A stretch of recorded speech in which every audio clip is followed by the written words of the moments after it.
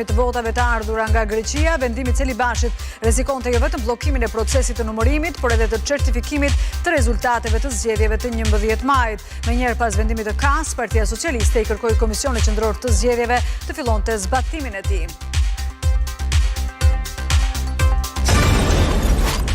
Në mbledhjen e KAS, avokati përdësta se partia do të bllokonte me çdo mjet numërimin e votave nga Greqia, por pak minuta më vonë, shefi i tij politik u shfaq me një qendrim më të zbutur. Sali Berisha u bëri thirrje numëruesve të vazhdojnë punën dhe të numërojnë çdo vot. Ashtu siç edhe pritej, Berisha nisi edhe skenarin e kundërshtimit të rezultatit të zgjedhjeve, duke pretenduar se bandat i votën 30 mandate.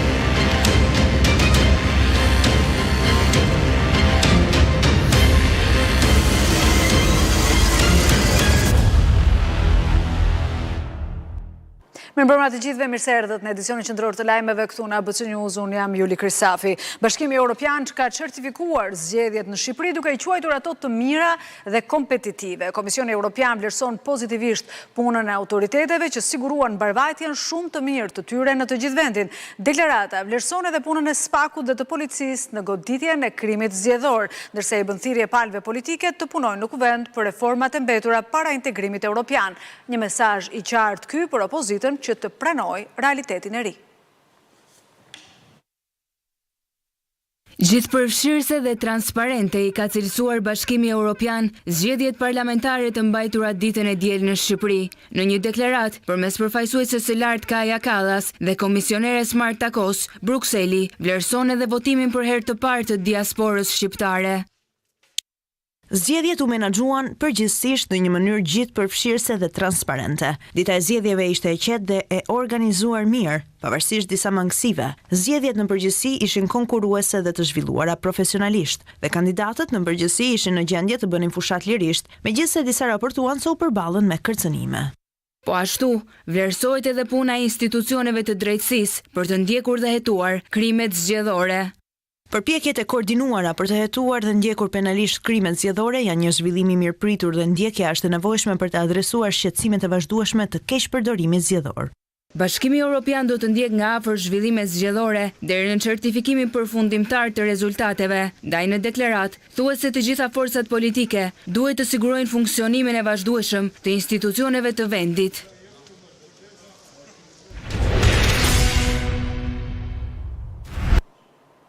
Ka një reagim të fundit nga kryeministre e Italisë Giorgia Meloni në rrjetin social X, kërkoi të urojë thot kryeministrin shqiptare Edi Rama për rikonfirmimin e tij në krye të qeverisë shqiptare, shkruar Meloni.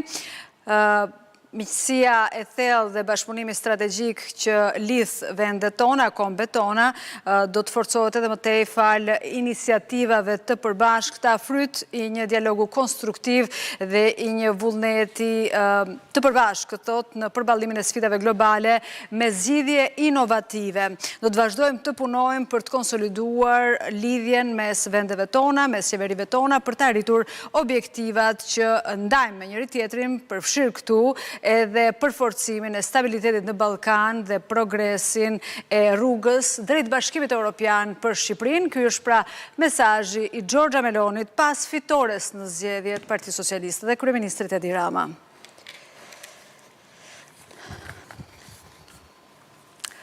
Socialistët fituan pra një mandat të 4, duke mundur demokratët, të cilët kishin punësuar drejtuesin e fushatës së Trumpit, Chris Lacivita, me shpresën se do të siguronte fitoren. Media europiane Politico analizon zgjedhjet në Shqipëri, duke theksuar se Partia Socialiste ka siguruar shumicën për të qeverisur e vetme. Politico citon Ramën që e quan votën e shqiptarëve përvojën më përullse të jetës së tij në një moment historik për Shqipërinë. Socialistët sigurojnë mandatin e 4 duke bërë të mundur që të qeverisin të vetëm vendin. Media europiane Politico ka analizuar procesin zgjedhor të 11 majit në Shqipëri, duke nxjerrë në pa fakti se demokratët humbën edhe pse punësuan strategun amerikan Chris Lacivita, një konsulent i fushatës republikane i cili organizoi fitoren e Donald Trump në zgjedhjet amerikane të vitit 2024. I pyetur nga Politico këtë fakt, kryesocialisti Edi Rama e komenton kështu: Të punësosh Lacivitën dhe të mendosh se mund të bësh Trump është si të punësosh një parukier në Hollywood dhe të mendosh se do të bësh Brad Pitt. Vion të ritheksoi si synim të qeverisjes së tij integrimin e vendit në Bashkimin Evropian. Është përvoja më përulëse e jetësime dhe vjen në një moment historik për Shqipërinë, si një shtet antar i ardhshëm i Bashkimit Evropian. Politico shkruan se Shqipëria po përgatitet që të mbajë samitin e Këshillit Evropian, një nismë e rëndësishme e ndërmarrë nga presidenti francez, që synon të bëjë së bashku vendet e Bashkimit Evropian dhe ato jashtë saj për bisedime mbi sigurinë, bashkëpunimin ekonomik dhe stabilitetin rajonal. Fituam ne, nuk humbi opozita. Edi Rama ka komentuar për herë të parë pra fitoren e mandatit të 4, njeriu që u thoqi socialistët në fitoren e mandatit të 4 historik në vend, thotë se shqiptarët besuan në vizionin e partisë së tij. Në një intervistë për gazetën italiane Corriere della Sera, kryeministri thotë se fitoi këmbgulja e tij për të bindur shqiptarët se ai do të mbajë premtimin për të futur Shqipërinë në Bashkimin Evropian në vitin 2030. Këmbgulja ka fituar, synim kryesor mbetet integrimi i vendit në Bashkimin Evropian deri në 2030. Ky është komenti i parë i bërë pas zgjedhjeve parlamentare të 11 majit nga kryesocialisti Edi Rama për median italiane Corriere della Sera. Media italiane thekson se Edi Rama siguron edhe 4 vite të tjera në krye të tokës së shqiponjave, duke rezultuar tashmë kryeministri me shërbimin më të gjatë në demokracinë ballkanike, që do të betohet për një mandat të 4 të radhazi në shtator. Fitoren kryesocialisti ja dedikon punës që është bërë për vendin për gjatë viteve dhe jo pa aftësisë opozitës. Sepse ne ndryshuam Shqipërinë me një vizion të qartë dhe këmbgulje të madhe. Njerëzit nuk janë budallënj, siç mendojnë shumë politikanë, dhe ata e dinë të bëjnë dallimin midis atyre që punojnë seriozisht për të ardhmen e vendit dhe atyre që kufizohen në retorikën e disfatizmit. Edhe ne bëm një gabim që kërkuam falje, por ne kur nuk u ndalëm, kur nuk u fshehëm, kur nuk u dorëzuam përballë vështirësive dhe rritëm një këmbë të tërë, duke e bërë atë krenar për emrin e tij. Unë besoj se nuk fitojmë sepse opozita humbet, por sepse shqiptarët besojnë në rrugën që po ndjekim së bashku. Kryesocialisti Edi Rama ka përcaktuar edhe objektivin kryesor në mandatin e ri, i cili është integrimi. Ne do të përfundojmë kantierin e madh evropian të ndërtimit të Shqipërisë. Qëllimi ynë është të përfundojmë negociatat e pranimit deri në vitin 2027. Ndërkohë ne do të vazhdojmë të modernizojmë vendin duke forcuar sundimin e ligjit dhe ekonominë, duke mbështetur familjet dhe duke bërë transformimin 360 gradë të vendit të pakthyeshëm, çdo ditë me përulësi dhe vendosmëri. Mbështetjen e diasporës e cilëson një vot besimi. Më prek, sinqerisht, ata që jetojnë jashtë vendit kanë një vizion më të gjerë dhe më kërkues. Mos votoni nga nostalgjia, por nga gjykimi. Është një vot besimi nga ata që u larguan nga vendi, por nuk u larguan nga Shqipëria. Dhe nëse diaspora na beson, kjo do të thotë se ne po transmetojmë një imazh që i bën ata krenar. Një urim për mandatin e ri ka marrë edhe nga kryeministria italiane Giorgia Meloni, që e vlerëson si një mesazh nga motra për vëllain. Komisioni i ankesave dhe sanksioneve në KQZ rrëzoi vendimin e Ilirian Celibashit për bllokim të numërimit të votave të ardhura nga Greqia. Vendimi i Celibashit rrezikonte jo vetëm bllokimin e procesit të numërimit, por edhe të certifikimit të rezultatit të zgjedhjeve të 11 majit. Menjëherë pas vendimit të KAS, Partia Socialiste i kërkoi Komisionit Qendror të Zgjedhjeve të fillonte zbatimin e tij. Kutit me votat nga Greqia do të numërohen së bashku me votat e ardhura nga shtetet e tjera. Komisioni i ankesave dhe sanksioneve rrëzoi vendimin e Ilirian Celibashit, i cili bllokoi pa afat numërimin e 53.000 fletëve të votimit, të ardhura nga shteti fqinj. Me shumicë votash, zbatim të nivelit 143.1 shkronja C të kodit zgjedhor vendosi pranimin e kërkesës ankimore të subjektit zgjedhor Partia Socialiste e Shqipërisë. Gjatë mbledhjes, përfaqësuesi ligjori Sali Berishës kërcënoi se Partia Demokratike do të bllokojë me çdo mënyrë numërimin e votave nga Greqia. Subjekti zgjedhor Partia Demokratike e Shqipërisë, Aleanca për Shqipërinë Madhështore, nuk do lejoj asnjë zarf me materiale zgjedhore që vjen nga Greqia deri në momentin që do provohet që ato zarfe janë marrë personalisht nga zellësit. Kur të provohet që ai zarf është marrë personalisht nga zellësi, le të numërohet, le të vlerësohet. Ne nuk do lejojmë të numërohen, sikur të jetë kjo edhe gjë e vetme, po themi që ne do të angazhohemi tërësisht në këtë fazë gjatë numërimit të votës së diasporës. Por sipas Taulan Ballës, drejtuesit politik për diasporën, asnjë përfaqësues politik nuk mund të detyrojë komisionerët të ndërpresin procesin, pasi janë këta të fundit që përballen me sanksione.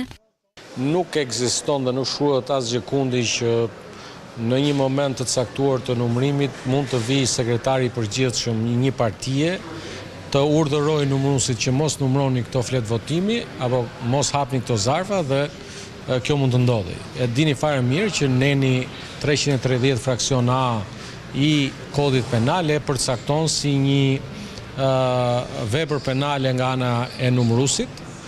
Kështu që në këtë aspekt unë shpresoj e besoj që numëruesit e Partisë Demokratike të mos ta zbatonin atë urdhër. Por me sa duket topi do të jetë sërish në fushën e Celibashit. Për këtë, Elena Gjina tha se PS pret që kryekomisioneri të mos marrë një vendim tjetër për të penguar numërimin e votave që kanë ardhur nga Greqia. Mendoj që zotët Celibashi do dalin në një vendim që ta zgjidhin ngërçin do krijohet nga votat e Greqisë, për sa kohë që kanë kërkuar dhe një informacion nga DHL-ja lidhur me mënyrën si janë dorëzuar zarfat e shtetit grek. Kemi marrë informacion në rrugë jo zyrtare në fakt që kjo përgjigje ka ardhur dhe DHL-ja ka konfirmuar që zarfat janë dorëzuar në mënyrë të rregullt dhe në këto kushte pretendojmë që do ta përdori këtë informacion dhe zoti Celibashi për dalë me vendim për votat e shtetit grek nëse ato të kontestohen sërish nga numëruesit. Por, ndërsa mori të dielën në mbrëmje, vendimin për të bllokuar numërimin e votave nga Greqia, Ilirian Celibashi kishte marrë 2 ditë më herët përgjigjen nga DL lidhur me ankesën e Partisë Demokratike. DL thoshte në letrën e saj se për çdo zarf të dërguar apo të marrë kishte firmën nga personat, por KQZ e kishte fshehur këtë letër për 2 ditë dhe nuk e bëri atë publike.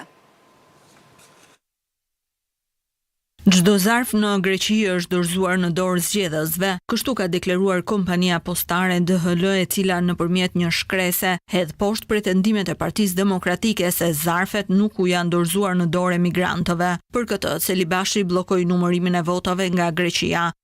Ne sigurojmë se dërgesat janë procesuar në përputhje me procedurat standarde, të cilat përfshin direkt sinjatur, firmosje të personit marrës në dorëzim. Partnerët lokal janë pjesë e rjetit me të cilët DL Greqi bashkëpunon dhe ndjekin plotësojnë tërësisht procedurat e përcaktuara nga DL, përfshirë procesin e dërgesave të zgjedhjeve në Shqipëri.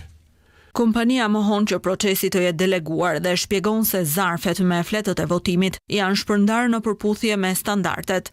Çdo dërgesë e dorëzuar ka prova dorëzimi, 4779 të tilla. Dërgesat janë marrë nga kurierët në shtëpi në kthim. 18489 dërgesa janë dorëzuar nga votuesit në pikat e shërbimit DL dhe 2590 dërgesa janë dorëzuar në pikat e partnerëve lokal të DL-s. Sipas kompanisë, të gjithë emigrantëve u është dërguar një mesazh apo email dhe njoftimet janë bërë në Tiranë dhe vazhdimsi, përfshirë edhe vendodhjen e dërgesës në pikat e shërbimit ku dërgesa nuk është bërë e mundur të dorëzohet apo ka pasur adresë të gabuar. Ne do të lidhemi me kolegun Andon Kello, i cili ndodhet te Parku Olimpik për të parë nga afër numërimin e votave të diasporës, por kemi një zhvillim të fundit në këto momente të KZZ-ja numër 31 të shkolla 1 Maj, atje ku ndodhet kolegu Ermal Via, duket se ka përfunduar gjithçka me një diferencë për 9000 votash në avantazh Partia Socialiste. Ermal, përshëndetje. Po, sa po ka përfunduar në fakt numërimi 105 kutive këtu në ZAZ numër 31 në shkollën 1 Maj, ku kryeson Partia Socialiste në drejtim të koalicionit që udhëhiqet nga Partia Demokratike me 9098 vota, ndërsa sa i takon votave të përgjithshme është Partia Socialiste me 21462 vota, kundrejt koalicionit të Partisë Demokratike me 12252 vota. E më pas ndiqen nga Partia Social-Demokrate me 2227 vota, e gjithashtu dhe koalicionet e tjera apo partitë e tjera siç janë Partia Mundësia me 1684 vota. Këtu në fakt ditën e sotme ka nisur numërimi prej orës 12, ku kanë qenë 20 kutit e fundit, ka qenë një, po themi, numërim pas një lloj incidenti apo incidente të tjera të ngjashme nuk ka ndodhur këtu në shkollën 1 Maj, ka patur, po themi, një normalitet sa i takon numërimit, ku përfundoi pas më shumë se 6 orës i nisur prej orës 12 sekundëre përmenda. Ermal Vjet, falenderoj për raportimin. Do të shkoj tani tek Andon Kello për të parë se çfarë po ndodh me votat e diasporës. Andon, përshëndetje, çfarë është duke ndodhur në këto momente dhe kur nis numërimi i votave nga Greqia?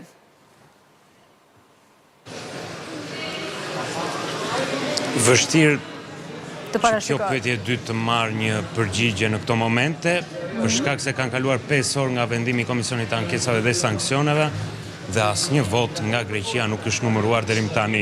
Vetëm pak minuta më parë, Komisioni Qendror i Zgjedhjeve konfirmoi se po pret ende vendimin e arsyetuar të zbardhur të Komisionit të Ankesave dhe Sanksioneve, dhe kur kanë kaluar 5 orë, ndërkohë edhe 5 orë mbyllet kjo ditë, atëherë me të gjitha gjasat numërimi i votave të Greqisë mund të nisë ditën e nesërme. Megjithatë, këtu votat po numërohen, por jo të Greqisë. Nisja e numërimit të votave të Greqisë këtu tek Parku Olimpik po përgatit edhe palët politike që ta kthejnë Parkun Olimpik në një Vasil Shanto të dytë të kohëve të hershme, pasi në njërin skaj është pozicionuar drejtuesi politik i Partisë Socialiste për diasporën Taulan Balla, ndërsa në krahun tjetër sekretari i përgjithshëm i Partisë Demokratike Flamur Noka, i cili vetëm pak minuta më parë bëri një xhiro në gjithë Parkun Olimpik për të takuar gjithë numëruesit e Partisë Demokratike në për tavolinat e numërimit dhe për t'i udhëzuar një nga një se si do të veprojnë me votat e diasporës nga Greqia. Pra palët politike, por edhe vetë numëruesit janë përgatitur për njoftimin i cili duhet vi nga kryekomisioneri Ilirian Celibashi për të filluar me njëherë zbatimin e vendimit të KAS, pra edhe numërimin e votave nga Greqia. Ti ke qenë gjatë gjithë ditës atje, në fakt, ke qenë edhe pasi u mor vendimi nga KAS-i, ke parë një lloj reagimi te komisionerët e të djathtës, pasi vendimi ishte në favor të Partisë Socialiste dhe kërkesës së tyre. Ke parë një lloj reagimi nga përfaqësuesit e Partisë Demokratike ose komisionerët që mundet ta kontestojnë këtë si proces? Domethënë, po presin vetëm Komisioni Qendror të Zgjedhjeve apo ka një reagim edhe nga palët, nga partitë?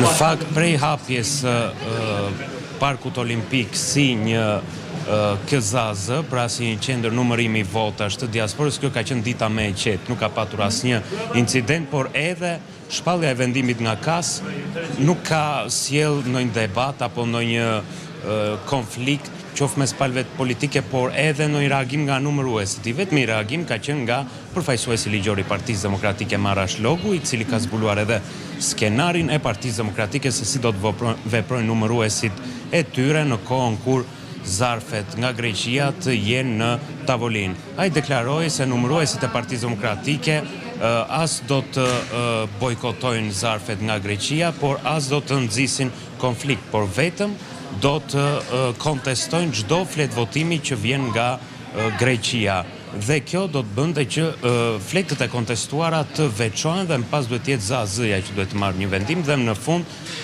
topi i ngjelet Ilirian Celibashit, kryekomisionerit. Sërish. Okej, Andon Kello, të falenderoj.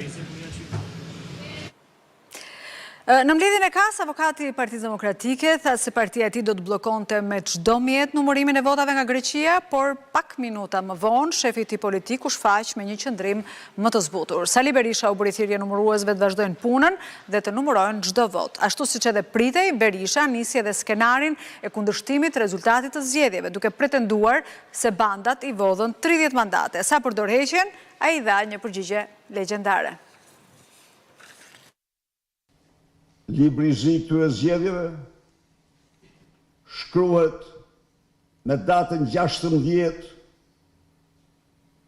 në ora 17 në bulevardin Zogu i Parë për të sensibilizuar opinionin publik botror mbi krimet monstruoze të përbindshit elektorale Edi Rama që nuk respekton asnjë rregull, asnjë ligj kombëtar dhe ndërkombëtar për zgjedhjen. Protesta do të jetë paqësore. Ne garantojmë se nuk do ketë probleme që të cenojnë në shkallën më të vogël sigurinë e dinjitarëve që vinë. Thirrja ime është kjo: për të gjithë komisionerët që po bëjnë punë me vetmohim, të numërojnë çdo votë në dëshmi të respektit ton të palkundur ndaj atyre që në kushtet terrori kanë votuar për opozitën. Çdo votë.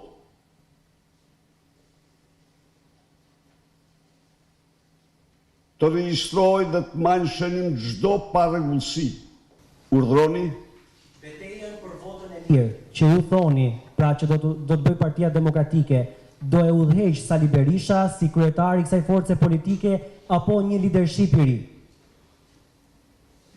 Këtë betejë gjën fitore ai që nisi dhe bitisi. Do ta bitisi. E murdhësh. Në zgjedhjet e 11 majit u diktuan që të gjitha nga krimi, bandat kriminale të qeverisë ishin aktive në 10 qarqe të Shqipërisë, në 20 bashki të vendit, dhe ato patronuan 30 deputet të mazhorancës kriminale.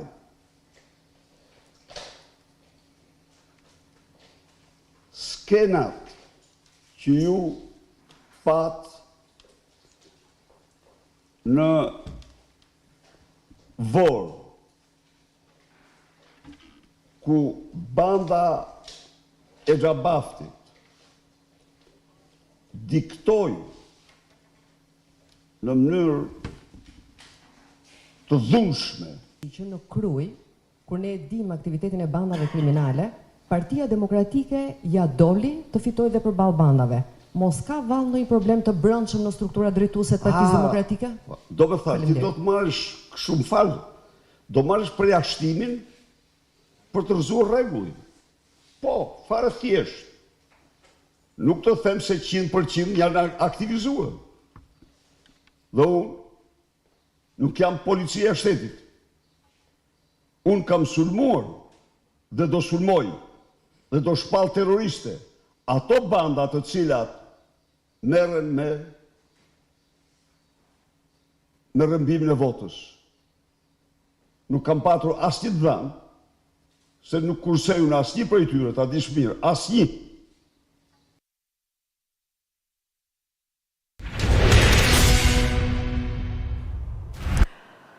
Dhe me njërë pasurimit të kryeministres italiane Giorgia Meloni për fitoren e zgjedhjeve, vjen përgjigja nga kryeministri shqiptare Edi Rama. Faleminderit, motër.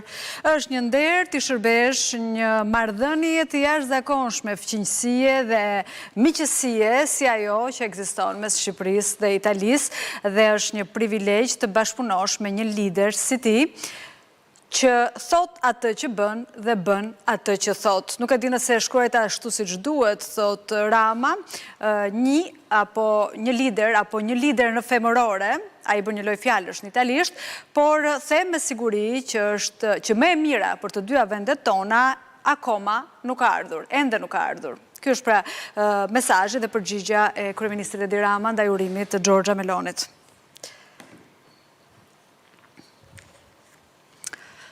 Dhe rezultati tjetër që mund të ndryshojë nga votat e diasporës, sidomos nga Greqia, është ai në Fier. Madhështorët e Berishës aty janë pranë një katastrofe të vërtet elektorale. PD ka humbur 3 mandate, por vota e migrantëve mund t'i bëjtë humbasin një mandat të 4. Në Fier procesin e numërimit po e ndjek Genta Dobra.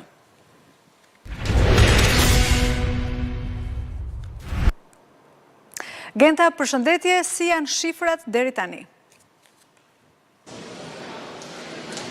Jurit, përshëndes, jemi në 3 kutit e fundit, janë shpërndarë tashmë në tavolinat e numërimit dhe pritet nga momenti në moment të përfundoj zyrtarisht edhe numërimi në qarkun e Fierit, sigurisht edhe në këtë KZAZ që përbën pjesën e qytetit të Fierit, ka e përsi Partia Socialiste ka marrë më shumë se 58.4% të votave të numëruara deri më tani e shprehur në vota 16.325, gati më shumë se 2 fish në raport me koalicionin Partia Demokratike, Aleanca për Shqipërinë Madhështore, cila ka numëruar në këto 97 qendra, në këto 97 kuti votimi, vetëm 7.376 vota. Është rezultati sa i takon KZAZ-s numër 60 në fakt që ka edhe kutit më të mëdha të votimit, të cilat po shkojnë drejt fundit dhe vetëm pas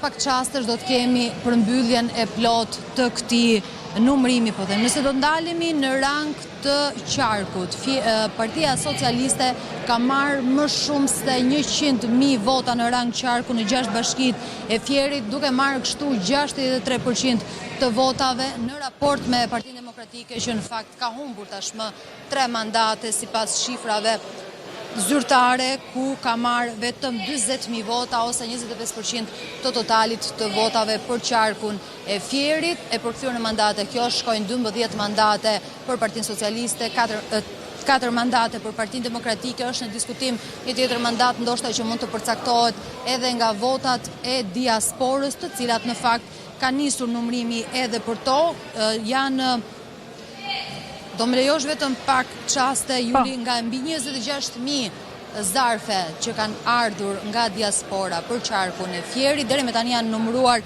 8.072 prej tyre, ku edhe në votat e diasporës ka një përsi të madhe Partia Socialiste me një total prej 5.225 votash, ndërsa Partia Demokratike, koalicioni i Shqipërisë Madhështore, numëron vetëm 1.363 vota. Pra, edhe në votat e diasporës ka një hendek të thellë, po themi, midis Partisë Socialiste dhe Partisë Demokratike.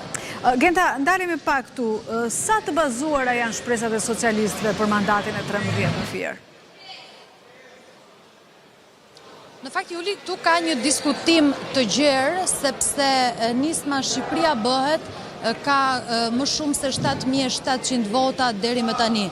Dhe është një diskutim i madh nëse do të mund të plotsoj edhe 10.000 vota për të marrë një mandat dhe do të përcaktohet më pas se ku do të marrë nëse te i kalon këtë, po themi, këtë limit të votave për të marrë apo jo një deputet nisma Shqipëria bëhet, kështu që do duhet që të presim votat e diasporës që do të jenë përcaktuese për të parë edhe mandatet në qarkun e Fierit të rëndësishme, pasi prodhojnë 16 për parlamentin e ardhshëm të Shqipërisë. Ndërkohë, Genta, ka një shqetësim në opinionin publik për zhdukjen e Gazmend Bardhit, pra drejtuesit politik Partisë Demokratike për qarkun Fier, ka 2 ditë që nuk duket. Ku është Gazmend Bardhi nëse ti ke dieni, sepse je prej ditësh në Fier? Jure, në fakt, kjo është pyetja më e madhe që është ngritur jo vetëm gjatë ditës së sotme, por që prej ditës së diel, kur ka nisur procesi i numërimit, pasi drejtuesi i qarkut të Partisë Demokratike këtu në Fier, Gazmend Bardhi, nuk është shfaqur në asnjë moment, as në qendrat e votimit, as në qendrat e numërimit, edhe ende nuk kemi asnjë dieni se ku gjendet ai, pavarësisht pyetjes apo kërkesës së gazetarëve edhe për reagime. Duket se ka përfunduar numërimi një kutie në këtë momente, me sa po shoh nga pamjet që ofron kameramani, apo jo? Ende janë në proces, po është mbyllja një nga kutive të numërimit, ka edhe ovacione nga ana e kampit socialist, që në fakt është në e përsi të madhe në raport me Partinë Demokratike dhe koalicionin e madhështorëve. Shikni, besoj dhe nga planet që operatori jonë Arjan Isaj po mundëson të tani drejt për drejt. Okej, Gjenta, unë të falenderoj nëse ke diçka tjetër për të shtuar për raportimin? Julin, do të mbetet vetëm numrimi, përmbyllja e numrimit dhe ndoshta do të kemi mundësi që të rilidhemi sërish po brenda këtij edicioni pasi drejt fundit është ky procesi numrimi. Okej, Gjenta, të falenderoj. Ndërsa tek KZZ-ja 36, tek shkolla Vasil Shanto në Tiranë vazhdon ende numërimi votave, atje ndodhet Kasandra Pali, e cila po e ndjek këtë proces gjatë gjithë ditës së sotme. Kasandra, përshëndetje. Juli, të përshëndes, si kundër e the, unë vjoj të qëndroj në KZZ numër 36, këtu në shkollën Vasil Shanto në krye qytet, njësia 5 që është edhe njësia më madhe dhe ka peshën më të madhe elektorale, janë në total 96 kuti, nga të cilat janë numëruar deri më tani 76 sipas të dhënave zyrtare nga Komisioni Qendror i Zgjedhjeve. Sa më shumë kalon koha, aq më shumë Juli thellohet diferenca mes Partisë Socialiste dhe Partisë Demokratike, ku në këtë njësi që është njësia më madhe në kryeqytet, Partia Socialiste është në një epërsi të madhe, ka mbi 6.000 vota diferencë nga ana e Partisë Demokratike. Partia Socialiste numëron deri në këtë moment e Juli 14.606 vota, ndërsa Partia Demokratike numëron vetëm 8.594. Deri në këtë moment e Juli, situata ka qenë përgjithsisht e qetë, është një proces numërimi që vijon ende, ka patur vetëm një incident vogël në fakt nga ana e përfaqësuesve të lëvizjes bashk, të cilët ndodhen në këtë njësi administrative, por patën pretendonin më sakt pas një debati me komisionerët për manipulim të numërimit të votave, megjithatë ishte një incident që kaloi lehtë. Okej, kjo ishte gjithçka edhe nga KZZ-ja numër 36 të shkolla Vasil Shanto. Të falenderoj Kasandra Pali.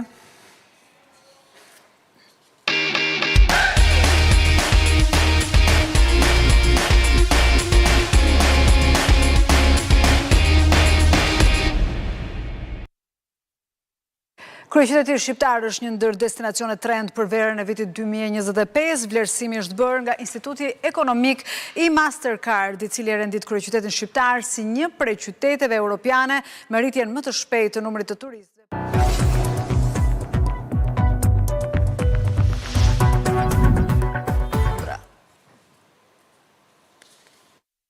Kryeqyteti shqiptar është një ndër destinacione trend për verën e vitit 2025 dhe rezulton se ka rritjen më të shpejtë të numrit të turistëve për gjatë periudhës 2019-2024. Vlerësimi është bërë nga Instituti Ekonomik i Mastercard në një raport të publikuar së fundmi. Analiza është bërë në bazë të dhënave të rezervimit të fluturimeve që zbulojnë destinacionet kryesore në trend me kërkesë në rritje për turizëm për udhëtimet gjatë periudhës qershor-shtator të këtij viti. Kryeqyteti shqiptar ka shënuar rritjen më të madhe të vizitorëve evropian për gjatë viteve të fundit, e udhëhequr kjo kryesisht nga turistët italian, duke u transformuar në një nga destinacionet urbane me rritjen më të shpejtë në kontinent. Tirana renditet për rritjen e numrit të turistëve krahas qyteteve të njohura evropiane si Palma dhe Majorka, Parisi e Londra. Shqipëria ndërkohë është transformuar në një vend me rritje të fortë të numrit të turistëve gjatë muajve të parë të këtij viti, ndërsa ka pritur rreth 1.6 milion turistë huaj për periudhën janar-mars. Sipas të dhënave të Instat, për gjatë muajit mars, peshën kryesore të turistëve të huaj që kanë vizituar vendin ton në rreth 95% janë europian, ku 80% i përkasin Evropës jugore dhe 7% asaj perëndimore. Evropa vazhdon të shquhet si një nga qendrat kryesore globale të turizmit sipas Mastercard, me trashëgiminë e saj të pasur kulinare, peizazhet e larmishme dhe ofertat e mirëqenies që tërheqin udhëtar nga gjithë bota, ndërsa kurset e këmbimit dhe dinamikat gjeopolitike mund të ndikojnë në sjelljen e konsumatorit. Raporti thekson se pasionet dhe përvojat e drejtuara nga qëllimi mbeten faktor të fortë që formësojnë industrinë e udhëtimit.